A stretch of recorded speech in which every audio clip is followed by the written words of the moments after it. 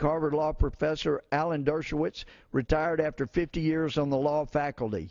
His exit the same week as the ASA and the NAISA announced their boycotts of Israeli universities symbolized the marginalization of the pro-Israel left that Dershowitz represented.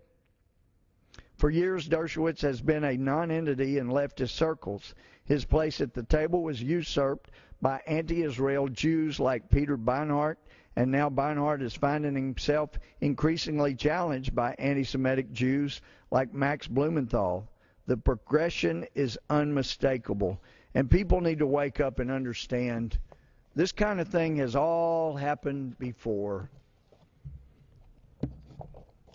And when people don't recognize it, it happens again in history. And God help us that it doesn't happen while our generation is in charge.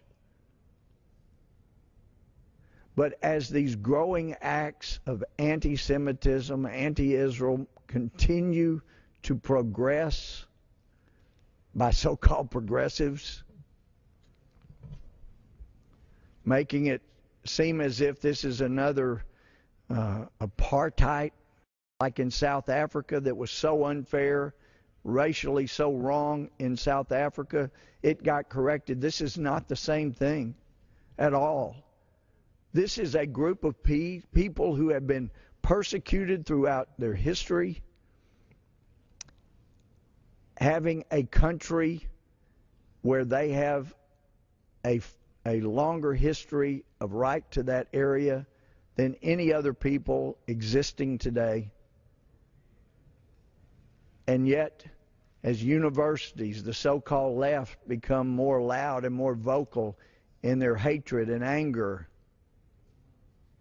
I've wondered if Iran dropped a nuke on Jerusalem or Tel Aviv, if Iran killed 1 million Jews in Israel,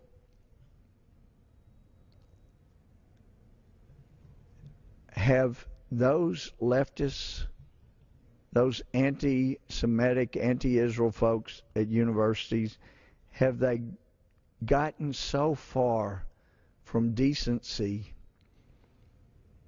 that they would applaud Israelis, Jews being killed by the millions in Israel? I wonder.